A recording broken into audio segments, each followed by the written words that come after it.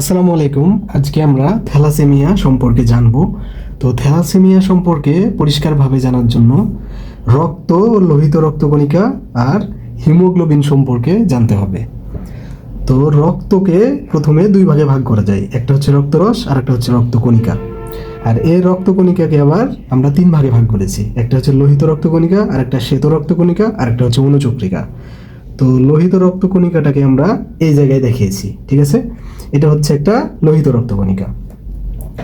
তো লোহিত রক্তকণিকার ভিতরে এই যেখানে ডট ডট ডট ডট অংশগুলো দেখানো হয়েছে, এগুলো হচ্ছে ইলেকট্রোলাইট। তার মানে হচ্ছে এগুলা sodium plus, potassium plus, bicarbonate minus, এগুলা, ঠিক আছে? এগুলোকেই বলে ইলেকট্রোলাইট। আর এই যে লোহিত রক্তকণিকা, এটার ভিতরে কিন্তু এই যে পানিও থাকে। হ্যাঁ, এই যে এখানে এই যে ডট ডট ডট গুলাই কিন্তু হচ্ছে পানি। আর এই যে লাল অংশটা দেখতে পাচ্ছ, এই যে লালটা, এই যে এখানকার লালটা, এটাকে বলছে হিমোগ্লোবিন। এই বিষয়টা সম্পর্কে আজকে জানতে হবে। তো হিমোগ্লোবিনকে তুমি যদি জুম করে দেখো তাহলে এরকম পাবা। এই যে ওই হিমোগ্লোবিনটাই হচ্ছে এইটা। তো এই যে এই লাল হিমোগ্লোবিনটা, এটাই হচ্ছে এই হিমোগ্লোবিনটা। তো হিমোগ্লোবিনে কি কি থাকে যদি দেখো, তাহলে এই যে এই অংশটুকু, হ্যাঁ, এই অংশটুকুর নাম হচ্ছে আলফা গ্লোবিন বা আলফা গ্লোবিউলিন। আর এই যে এই অংশটুকু, এটুকুর নাম হচ্ছে হিম। এটা হচ্ছে এক ধরনের লৌহ জাতীয় পদার্থ। আবার এই অংশটুকুর নাম হচ্ছে বিটা গ্লোবিন বা বিটা গ্লোবিউলিন। আর এই অংশটুকুর নাম হচ্ছে হিম। এটা হচ্ছে লৌহ জাতীয় পদার্থ। আবার এই অংশটুকুর নাম হচ্ছে বিটা গ্লোবিন বা বিটা গ্লোবিউলিন। আর এই অংশটুকুর নাম হচ্ছে হিম। এটা হচ্ছে লৌহ জাতীয় পদার্থ। আবার এই অংশটুকুর নাম হচ্ছে আলফা গ্লোবিন বা আলফা গ্লোবিউলিন। আর এই অংশটুকুর নাম হচ্ছে হিম। এটা হচ্ছে লৌহ জাতীয় পদার্থ। তো তুমি যদি এখানে দেখো, তাহলে এই জায়গায় দুই ধরনের গ্লোবিন বা গ্লোবিউলিন আছে। আলফা গ্লোবিন বা আলফা গ্লোবিউলিন হচ্ছে এই যে এইটুকু আর এইটুকু, হ্যাঁ। আর বিটা গ্লোবিন বা বিটা গ্লোবিউলিন হচ্ছে এইটুকু আর এই যে এইটুকু, ঠিক আছে? আর লোহিত রক্তকণিকাকে লোহিত রক্তকোষ নামেও ডাকা হয়। তাহলে পুরো বিষয়টা কি হইল, যে লোহিত রক্তকণিকা বা লোহিত রক্তকোষের ভিতরে থাকে হিমোগ্লোবিন। এবং এই হিমোগ্লোবিনটারই ভিতরে কি থাকে, এই হিমোগ্লোবিনটার ভিতরে থাকে এই যে আলফা গ্লোবিন বা আলফা গ্লোবিলিন, মানে হচ্ছে যে এইটা আর এইটা। আর বিটা গ্লোবিন আর বিটা গ্লোবিলিন, মানে এইটা আর এইটা। তো আলফা গ্লোবিন বা আলফা গ্লোবিউলিন মানে এইটা আর এইটা। আর বিটা গ্লোবিন বা বিটা গ্লোবিউলিন মানে এইটা আর এইটা যদি কোনো কারণে ভালোভাবে তৈরি না হয়, তাহলে হিমোগ্লোবিন ভালোভাবে তৈরি হবে না। কারণ হিমোগ্লোবিনই তৈরি হচ্ছে এগুলা নিয়ে। তো এগুলা যদি ভালো মতো তৈরি না হয়, তাহলে হিমোগ্লোবিন ভালোভাবে তৈরি হবে না। আর লোহিত রক্তকণিকা বা লোহিত রক্তকোষ তৈরি হয় হিমোগ্লোবিন দিয়ে। তো যেহেতু হিমোগ্লোবিন ভালো মতো তৈরি হবে না, তার মানে কিন্তু লোহিত রক্তকণিকা বা লোহিত রক্তকোষও কিন্তু ভালো মতো তৈরি হবে না। তার ফলে লোহিত রক্তকণিকা বা লোহিত রক্তকোষে অস্বাভাবিক একটা অবস্থা দেখা যাবে এবং লোহিত রক্তকণিকা বা লোহিত রক্তকোষ নষ্ট হয়ে যাবে। আর লোহিত রক্তকণিকা বা লোহিত রক্তকোষ এগুলো নষ্ট হয়ে গেলে তার পরিমাণ কমে যাবে, কারণ নষ্ট হয়ে যাচ্ছে, তার ফলে ওগুলা বাদ হয়ে যাচ্ছে। তার ফলে রক্তে লোহিত রক্তকণিকা বা লোহিত রক্তকোষের পরিমাণ কমে যাচ্ছে। তো রক্তে লোহিত রক্তকণিকা বা লোহিত রক্তকোষের পরিমাণ কমে যাওয়াকে বলে রক্ত শূন্যতা। তা আমি যে পুরো বিষয়টা ব্যাখ্যা করলাম, এটাই কিন্তু থ্যালাসেমিয়া, ঠিক আছে? তো আমরা এতক্ষণ যে বিষয়টুকু জানলাম, এখান থেকেই থ্যালাসেমিয়া সংজ্ঞাটা দেওয়া যাবে। তো সংজ্ঞাটা এরকম হবে যে হিমোগ্লোবিনের আলফা গ্লোবিন বা আলফা গ্লোবিলিন এবং বিটা গ্লোবিন বা বিটা গ্লোবিলিন যদি কম বা ত্রুটিপূর্ণভাবে তৈরি হয়, তাহলে রক্তে হিমোগ্লোবিন এবং লোহিত রক্তকণিকার পরিমাণটা কমে যায়। তো এই অবস্থাটাকে বলে রক্তশূন্যতা। এবং এই যে জিনগত বা বংশগত রোগের তৈরি হয়, সেটাকেই বলছে থ্যালাসেমিয়া। তো থ্যালাসেমিয়াকে কেন জিনগত বা বংশগত রোগ বলা হয়, এটার কারণ হচ্ছে থ্যালাসেমিয়া বাবা মা থেকে সন্তানে চলে যায়, অর্থাৎ এক বংশ থেকে আরেক বংশে চলে যায়। তো এটা তোমরা একটু পরে ব্যাখ্যা সহ জানতে পারবা। তো এইটা আর এইটা হচ্ছে আলফা গ্লোবিন বা আলফা গ্লোবিলিন তৈরির জিন। তো এই যে আলফা গ্লোবিন বা আলফা গ্লোবিলিন তৈরির জিনগুলো থেকেই তৈরি হবে আলফা গ্লোবিন বা আলফা গ্লোবিউলিন। তো কোনো কারণে যদি এই যে এই জিনটা আর এই জিনটা উপস্থিত না থাকে, মানে না থাকে এখানে, তার ফলে আলফা গ্লোবিন বা আলফা গ্লোবিলিন তৈরি হবে না। অথবা কোনো কারণে যদি এই যে এই জিনটা আর এই জিনটা ত্রুটিপূর্ণ থাকে, মানে এগুলোতে ধরো ঝামেলা আছে অথবা এগুলোতে ঝামেলা আছে, ত্রুটি আছে, ঠিক আছে, বা মনে করো যে কোনো কারণে এই জিনগুলো নষ্ট, এই জায়গায় নষ্ট, এই জায়গায় নষ্ট, বা এই জায়গায় নষ্ট, এই জায়গায় নষ্ট, ঠিক আছে, তার ফলে কি হবে, এই জায়গাগুলো যদি নষ্ট হয় তাহলে আলফা গ্লোবিন বা আলফা গ্লোবিলিন তৈরি হবে না। তো আলফা গ্লোবিন বা আলফা গ্লোবিলিন মানে যে এটা আর এটা যদি তৈরি না হয় তাহলে কি হবে, হিমোগ্লোবিনটা তৈরি হবে না। আর হিমোগ্লোবিন তৈরি না হলে কি হবে, এই যে লোহিত রক্তকণিকা বা লোহিত রক্তকোষ তৈরি হবে না। আর লোহিত রক্তকণিকা বা লোহিত রক্তকোষ তৈরি না হলে তাকে কি বলে, তাকে বলে রক্তশূন্যতা। আর এই যে পুরো অবস্থাটা তৈরি হলো এটাকে বলা হয় আলফা থ্যালাসেমিয়া। আর যেহেতু এখানে আলফা গ্লোবিন বা আলফা গ্লোবিলিন তৈরির জিনের অনুপস্থিতির কারণে অথবা ত্রুটিপূর্ণ অবস্থার কারণে অথবা নষ্ট থাকার কারণে এই থ্যালাসেমিয়াটা হচ্ছে, তাই এটাকে বলা হচ্ছে আলফা থ্যালাসেমিয়া। যেহেতু আলফার কারণে হচ্ছে তাই আলফা থ্যালাসেমিয়া, ঠিক আছে। আবার এখানে এটা আর এটা হচ্ছে বিটা গ্লোবিন বা বিটা গ্লোবিলিন তৈরির জিন। তো এই যে বিটা গ্লোবিন বা বিটা গ্লোবিলিন তৈরির জিনগুলো থেকেই বিটা গ্লোবিন বা বিটা গ্লোবিলিন তৈরি হয়। তো কোনো কারণে যদি এই যে বিটা গ্লোবিন বা বিটা গ্লোবিলিন তৈরির জিন দুইটা অনুপস্থিত থাকে, মানে উপস্থিত না থাকে বা এই জায়গাটাতে না থাকে, ঠিক আছে, তার ফলে বিটা গ্লোবিন বা বিটা গ্লোবিলিন তৈরি হবে না।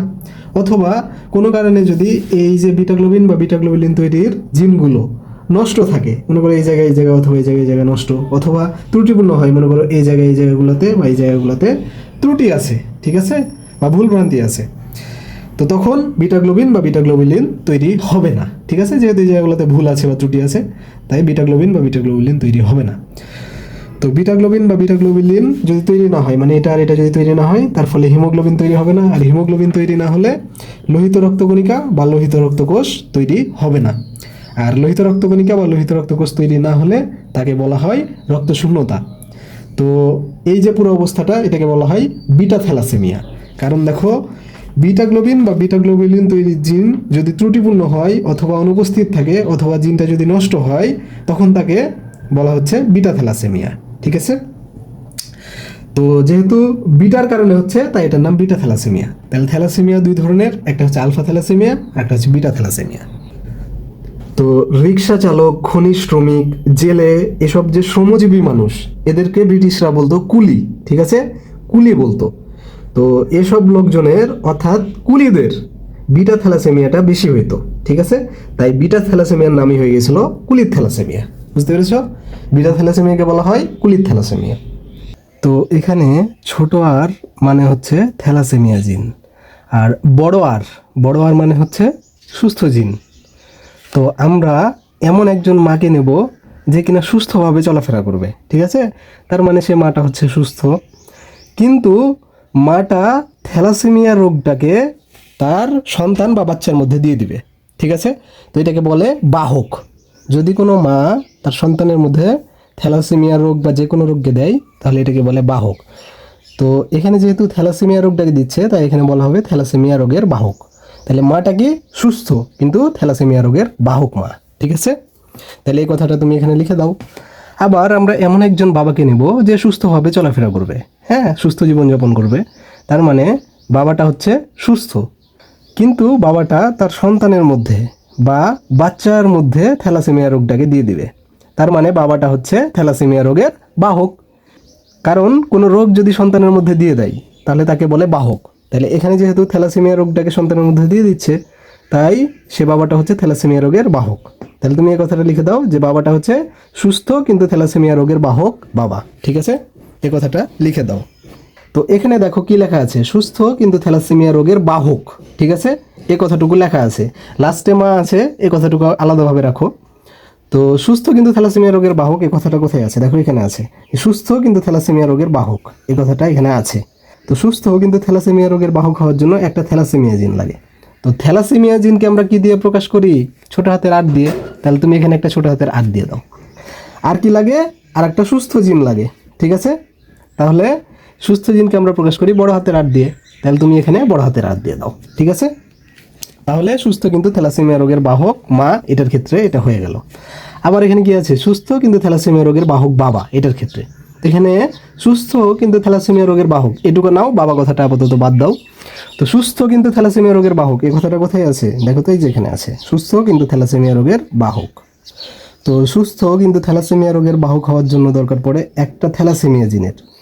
তো থ্যালাসেমিয়া জিনকে আমরা প্রকাশ করি ছোট হাতের আর দিয়ে, তাহলে তুমি এখানে ছোট হাতের আর দিয়ে দাও, ঠিক আছে। আর আরেকটা সুস্থ জিনের দরকার পড়ে, তো সুস্থ জিনকে আমরা প্রকাশ করি বড় হাতের আর দিয়ে, তাহলে তুমি এখানে একটা বড় হাতের আর দিয়ে দাও, ঠিক আছে। তাহলে সুস্থ কিন্তু থ্যালাসেমিয়া রোগের বাহক মার থাকবে একটা ছোট হাতের আর জিন আর একটা বড় হাতের আর জিন। আর সুস্থ কিন্তু থ্যালাসেমিয়া রোগের বাহক বাবারও থাকবে একটা ছোট হাতের আর জিন আর একটা বড় হাতের আর জিন।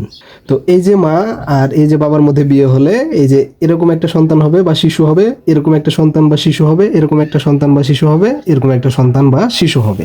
এখন তোমাকে একটু এই বিষয়টা বুঝিয়ে দেই, ঠিক আছে। তাহলে এখানে দেখো মায়ের জিনগুলা কি কি, দেখো ছোট হাতের আর বড় হাতের আর বাবা জিনগুলা ছোট হাতের আর বড় হাতের আর। তো তুমি প্রথমে এই ছোট হাতের আরটাকে ধরবা, ঠিক আছে, তারপর এই ছোট হাতের আরকে একবার নিবা, ঠিক আছে, তাহলে এটা শেষ। তো এখন তুমি তো এই ছোট হাতের আরকে ধরে রেখেছো, এরপরে তুমি এটার সাথে বড় হাতের আর দিয়ে দিবা, ঠিক আছে, তাহলে এ বড় হাতের আরও শেষ। এবার তুমি এ বড় হাতের আরকে ধরো, তাহলে বড় হাতের আরের সাথে তুমি এই ছোট হাতের আরকে একবার নিবা, তাহলে ছোট হাতের আর শেষ। এরপরে বড় হাতের আরের সাথে তুমি এই বড় হাতের আরকে নিবা, তাহলে বড় হাতের আরও শেষ।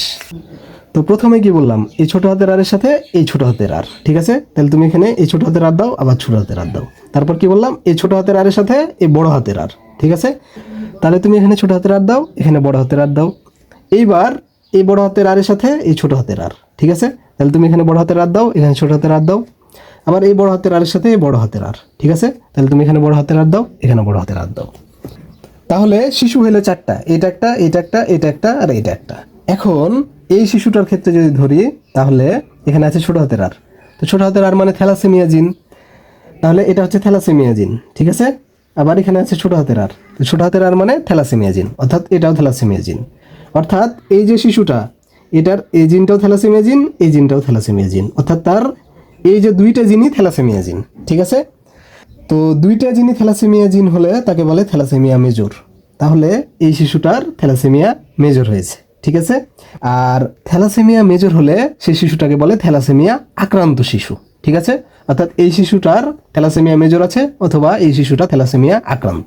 আবার এই শিশুটার ক্ষেত্রে যদি দেখো, তাহলে এখানে আছে ছোট হাতের আর, ছোট হাতের আর মানে থ্যালাসেমিয়া জিন, অর্থাৎ এই জিনটা হচ্ছে থ্যালাসেমিয়া জিন। আবার এখানে আছে বড় হাতের আর, তো বড় হাতের আর মানে সুস্থ জিন, তাহলে এই যে এই জিনটা হচ্ছে সুস্থ জিন, অর্থাৎ এই শিশুটার এটা হচ্ছে থ্যালাসেমিয়া জিন আর এটা হচ্ছে সুস্থ জিন। বা আমরা এভাবে বলতে পারি, এই যে একটা জিন এটা হচ্ছে থ্যালাসেমিয়া জিন আর আরেকটা জিন হচ্ছে সুস্থ জিন। তো একটা থ্যালাসেমিয়া জিন আর একটা সুস্থ জিন হলে তাকে বলে থ্যালাসেমিয়া মাইনর। তাহলে তুমি এই যে এই শিশুটার নিচে লিখে দাও থ্যালাসেমিয়া মাইনর, ঠিক আছে। আর থ্যালাসেমিয়া মাইনর হলে তাকে বলে সুস্থ কিন্তু থ্যালাসেমিয়া রোগের বাহক, ঠিক আছে। তাহলে তুমি এখানে লিখতে পারো সুস্থ কিন্তু থ্যালাসেমিয়া রোগের বাহক শিশু, ঠিক আছে। বা এভাবে বলতে পারো সুস্থ কিন্তু বাহক, এটা বললেও হবে। তাহলে এই শিশুটা হচ্ছে সুস্থ কিন্তু বাহক শিশু, ঠিক আছে। এটার মানে হচ্ছে এই শিশুটা কিন্তু পুরো জীবনে সুস্থ থাকবে, কিন্তু এর যখন ছেলেপিলে হবে তখন তার মধ্যে কিন্তু সে থ্যালাসেমিয়া রোগটা দিয়ে দিবে, বুঝতে পেরেছো। সে সুস্থ থাকবে কিন্তু সে যখন বড় হয়ে তার সন্তান তৈরি করবে তখন তার সন্তানের মধ্যে থ্যালাসেমিয়া রোগটাকে দিয়ে দিবে। এটাকেই বলছে সুস্থ কিন্তু বাহক শিশু, ঠিক আছে। এরপর তুমি যদি এই শিশুটার ক্ষেত্রে দেখো, তাহলে রয়েছে বড় হাতের আর, তো বড় হাতের আর মানে সুস্থ জিন, তার মানে এই জিনটা সুস্থ জিন। আবার এখানে রয়েছে ছোট হাতের আর, তো ছোট হাতের আর মানে থ্যালাসেমিয়া জিন, অর্থাৎ এই শিশুটার একটা হচ্ছে সুস্থ জিন আর একটা হচ্ছে থ্যালাসেমিয়া জিন, ঠিক আছে। তো একটা যদি সুস্থ জিন হয় আর আরেকটা যদি থ্যালাসেমিয়া জিন হয়, ঠিক আছে, তাহলে সেটাকে বলে থ্যালাসেমিয়া মাইনর, মানে ওই শিশুটা থ্যালাসেমিয়া মাইনর হয়েছে, ঠিক আছে। তো দেখো এখানে একটা সুস্থ জিন আর একটা থ্যালাসেমিয়া জিন আছে, ঠিক আছে। তাহলে এই শিশুটা হচ্ছে থ্যালাসেমিয়া মাইনর আক্রান্ত শিশু, হ্যাঁ, তাই এটা নিচে তুমি থ্যালাসেমিয়া মাইনর কথাটা লিখে দাও, ঠিক আছে। আর যদি থ্যালাসেমিয়া মাইনর হয় তাহলে সেই শিশুটা সুস্থ হবে কিন্তু থ্যালাসেমিয়া রোগের বাহক হবে, তাহলে তুমি এখানে লিখে দাও সুস্থ কিন্তু থ্যালাসেমিয়া রোগের বাহক শিশু অথবা সুস্থ কিন্তু বাহক শিশু, ঠিক আছে। এটার মানে এই শিশুটা পুরো জীবনই সুস্থ থাকবে, কিন্তু এর যখন ছেলেপিলে হবে, ঠিক আছে, এর যখন সন্তান হবে তখন সেই সন্তানের মধ্যে সে থ্যালাসেমিয়া জিনটাকে দিয়ে দিবে, ঠিক আছে। এরপরে এই শিশুটার ক্ষেত্রে যদি দেখো এখানে রয়েছে বড় হাতের আর, তো বড় হাতের আর মানে হচ্ছে সুস্থ জিন, তাহলে এই জিনটা হচ্ছে সুস্থ জিন। আবার এখানে রয়েছে বড় হাতের আর, তো বড় হাতের আর মানে সুস্থ জিন, অর্থাৎ এটাও হচ্ছে সুস্থ জিন। তার মানে এই শিশুটার এটাও সুস্থ জিন, এটাও সুস্থ জিন, ঠিক আছে। তার মানে তার দুটাই সুস্থ জিন। তো দুইটা সুস্থ জিন থাকলে সেই শিশুটা হবে সুস্থ শিশু, তার মানে এই শিশুটা হবে সুস্থ শিশু, ঠিক আছে। তাই তুমি এখানে সুস্থ শিশু কথাটা লিখে দাও। তো তুমি যদি এখানে দেখো তাহলে শিশু হচ্ছে চারটা, এটা একটা, এটা একটা, এটা একটা, এটা একটা, ঠিক আছে। 1 2 3 4। তাহলে এই যে চারটা শিশুর মধ্যে থ্যালাসেমিয়া মেজর বা থ্যালাসেমিয়া আক্রান্ত শিশু কয়টা দেখো তো? একটাই, এই যে এটা দেখো এখানে লেখা আছে থ্যালাসেমিয়া মেজর, এইটাই। তার মানে থ্যালাসেমিয়া মেজর বা থ্যালাসেমিয়া আক্রান্ত শিশু হওয়ার সম্ভাবনা এই চারটা ভাগের মধ্যে, একটা ভাগ, দুইটা ভাগ, তিনটা ভাগ, চারটা ভাগ, এই চারটা ভাগের মধ্যে মাত্র একটাই ভাগ, অর্থাৎ এইটা, ঠিক আছে। তাই এখানে লিখেছি সম্ভাবনা 4 ভাগের 1 ভাগ। বুঝতে পেরেছো? তাহলে এই যে চারটা শিশু তার মধ্যে থ্যালাসেমিয়া মাইনর বা সুস্থ কিন্তু বাহক শিশু কোনটা কোনটা দেখো তো? এইটা আর এইটা, ঠিক আছে। তার মানে চারটার মধ্যে দুইটা, ঠিক আছে। মোটে হচ্ছে চারটা, একটা, দুইটা, তিনটা, চারটা, এই চারটা শিশু তার মধ্যে থ্যালাসেমিয়া মাইনর বা সুস্থ কিন্তু বাহক শিশু দুইটা, এই যে এ একটা আর এ একটা, ঠিক আছে। তার মানে থ্যালাসেমিয়া মাইনর বা সুস্থ কিন্তু বাহক শিশু হওয়ার সম্ভাবনা 4 ভাগের মধ্যে 2 ভাগ। এই যে দেখো 1 ভাগ, 2 ভাগ, 3 ভাগ, 4 ভাগ, এই 4 ভাগের মধ্যে 2 ভাগ, এটা আর এইটা, এই দুইটা ভাগই, ঠিক আছে। তাই লিখে দাও সম্ভাবনা 4 ভাগের মধ্যে 2 ভাগ। এখন দেখো এখানে এইটা হচ্ছে সুস্থ শিশু, ঠিক আছে। তাহলে দেখো শিশু হচ্ছে চারটা, একটা, দুইটা, তিনটা, চারটা, চারটার মধ্যে সুস্থ শিশু একটাই, এই যে এটা, ঠিক আছে। তাহলে সুস্থ শিশু হওয়ার সম্ভাবনা কত দেখো? 4 ভাগের মধ্যে, অর্থাৎ 1 ভাগ, 2 ভাগ, 3 ভাগ, 4 ভাগ, এই চারটা ভাগের মধ্যে একটাই ভাগ, এই যে এই ভাগটা, ঠিক আছে। তাহলে সুস্থ শিশু হওয়ার সম্ভাবনা 4 ভাগের মধ্যে 1 ভাগ। তো মানব দেহের প্রতি কোষে ক্রোমোজোম থাকে 23 জোড়া। তো এই যে 23 জোড়া ক্রোমোজোম, এটার মধ্যে 22 জোড়া থাকে অটোজোম, ঠিক আছে। আর 1 জোড়া থাকে সেক্স ক্রোমোজোম। তো সেক্স ক্রোমোজোমের কাজ হচ্ছে ছেলে হবে না মেয়ে হবে এটা নির্ধারণ করা, বা এটাকে বলতে পারো লিঙ্গ নির্ধারণ। আর অটোজোম যে 22 জোড়া, এই 22 জোড়া অটোজোমের কাজ হচ্ছে দেহ গঠন করা। যেমন ধরো তোমার লোহিত রক্তকণিকা এটা তৈরি করা, ঠিক আছে। এটা এক ধরনের দেহ গঠন। এখন একটা বিষয় হচ্ছে যে থ্যালাসেমিয়াতে ঠিকমতো লোহিত রক্তকণিকা বা হিমোগ্লোবিন তৈরি হতে পারে না। তো লোহিত রক্তকণিকা তৈরি এটা হচ্ছে এক ধরনের দেহ গঠন, আর দেহ গঠন করার দায়িত্ব থাকে অটোজোমের। তাহলে থ্যালাসেমিয়াতে যে লোহিত রক্তকণিকা তৈরি হচ্ছে না, তাহলে এই যে সমস্যাটা, এটা কার সমস্যা? অটোজোমের সমস্যা। কারণ লোহিত রক্তকণিকা তৈরি বা দেহ গঠন এটা কিন্তু অটোজোমের দায়িত্বে আছে, ঠিক আছে। সেক্স ক্রোমোজোমের দায়িত্বে নাই। ওকে, সেক্স ক্রোমোজোমের দায়িত্বে আছে ছেলে না মেয়ে হবে এই লিঙ্গ নির্ধারণে। তাহলে এই যে ডিসঅর্ডারটা বা এই যে সমস্যাটা, এটা কি ধরনের সমস্যা? অটোজোমের সমস্যা বা অটোজোমাল সমস্যা, ঠিক আছে। তাই এই কথাটা লিখেছি যে অটোজোমাল, বা নিচে লিখতে পারো অটোজোমে থাকা, ঠিক আছে। আবার আমরা একটু আগে দেখলাম যে এই যে থ্যালাসেমিয়া মেজর বা থ্যালাসেমিয়া আক্রান্ত শিশুটা, এরা জিন পাইলো কোথা থেকে? দেখো মায়ের কাছ থেকে আর বাবার কাছ থেকে, ঠিক আছে। মায়ের কাছ থেকে ছোট আর বাবার কাছ থেকে ছোট আর, ঠিক আছে। তো এই যে দেখো ছোট আর ছোট আর, এই দুইটা মিলিয়েই কিন্তু থ্যালাসেমিয়া মেজর হইলো বা থ্যালাসেমিয়া আক্রান্ত শিশু হইলো। তার ফলে আমরা এটা বলতে পারি যে এই যে থ্যালাসেমিয়া মেজর বা থ্যালাসেমিয়া আক্রান্ত শিশুটা, এটা তার জিনটা পেয়েছে বাবা মায়ের কাছ থেকে। তো বাবা ও মায়ের কাছ থেকে যদি রোগ সৃষ্টিকারী জিন পায় তাহলে তাকে বলে রিসিসিভ, ঠিক আছে, রিসিসিভ। তাহলে এখানে দেখো থ্যালাসেমিয়ার ক্ষেত্রেও কিন্তু বাবা আর মায়ের কাছ থেকে কিন্তু রোগ সৃষ্টিকারী জিন পেয়েছে, তাহলে থ্যালাসেমিয়াটাও কিন্তু রিসিসিভ। আর এই যে থ্যালাসেমিয়া মেজর হইলো অথবা থ্যালাসেমিয়া আক্রান্ত শিশু হইলো, এটা তো এক ধরনের রোগ, আর রোগকে বলে ডিসঅর্ডার। তো যেহেতু থ্যালাসেমিয়া একটা রোগ, তাই তুমি এই জায়গায় ডিসঅর্ডার কথাটা ব্যবহার করতে পারো। তাহলে থ্যালাসেমিয়াকে আমরা বলতে পারি অটোজোমাল রিসিসিভ ডিসঅর্ডার। তো মনে করো এখানে একটা ছেলে রয়েছে, হ্যাঁ, যার জিন হচ্ছে ছোট আর আর বড় আর। আবার এখানে একটা মেয়ে রয়েছে যার জিন হচ্ছে ছোট আর আর বড় আর। তো এই যে ছেলে আর এই যে মেয়ে, এরা হচ্ছে চাচাতো ভাই আর চাচাতো বোন, ঠিক আছে। তো মনে করো এর আর এর বিয়ে হইল, তাহলে তাদের সন্তান কেমন হইতে পারে? দেখো মনে করো যে এই যে জিনটা আর এই যে জিনটা চলে আসলো, অর্থাৎ ছোট আর আর ছোট আর আসলো, এই যে এখানে ছোট আর আর ছোট আর। তো দেখো ছোট আর এটা মানে হচ্ছে থ্যালাসেমিয়া জিন, এই যে ছোট আর মানে থ্যালাসেমিয়া জিন। এখানে আবার আছে ছোট আর, তো ছোট আর মানে হচ্ছে থ্যালাসেমিয়া জিন, অর্থাৎ এটাও থ্যালাসেমিয়া জিন। তাহলে এটাও থ্যালাসেমিয়া জিন, এটাও থ্যালাসেমিয়া জিন, অর্থাৎ এখানকার দুইটাই থ্যালাসেমিয়া জিন। তো দুইটা থ্যালাসেমিয়া জিন হলে তাকে বলে থ্যালাসেমিয়া মেজর, ঠিক আছে। তাহলে এই যে শিশুটা এটা হচ্ছে থ্যালাসেমিয়া মেজর আক্রান্ত, আর থ্যালাসেমিয়া মেজর এটা আক্রান্ত হলে তাকে বলে থ্যালাসেমিয়া আক্রান্ত শিশু। তাই এখানে এই কথাটা লিখেছি যে থ্যালাসেমিয়া আক্রান্ত বা থ্যালাসেমিয়া মেজর আক্রান্ত শিশু, ঠিক আছে। তাহলে চাচাতো ভাই চাচাতো বোন, মামাতো ভাই মামাতো বোন, খালাতো ভাই খালাতো বোন, ফুফাতো ভাই ফুফাতো বোন, এদের মধ্যে বিয়ে হলে থ্যালাসেমিয়া মেজর আক্রান্ত বা থ্যালাসেমিয়া আক্রান্ত শিশু হবার সম্ভাবনাটা অনেক বেশি। তো একটা বিষয় দেখো, থ্যালাসেমিয়াতে ঠিক মতো লোহিত রক্তকণিকা বা হিমোগ্লোবিন তৈরি হতে পারে না। তো মনে করো ইনি একজন থ্যালাসেমিয়া আক্রান্ত রোগী, তাহলে ইনার ঠিক মতো লোহিত রক্তকণিকা তৈরি হচ্ছে না। তো তোমরা এই কথাটা অবশ্যই জানো যে রক্তের মধ্যে থাকে লোহিত রক্তকণিকা, শ্বেত রক্তকণিকা আর অনুযকৃকা।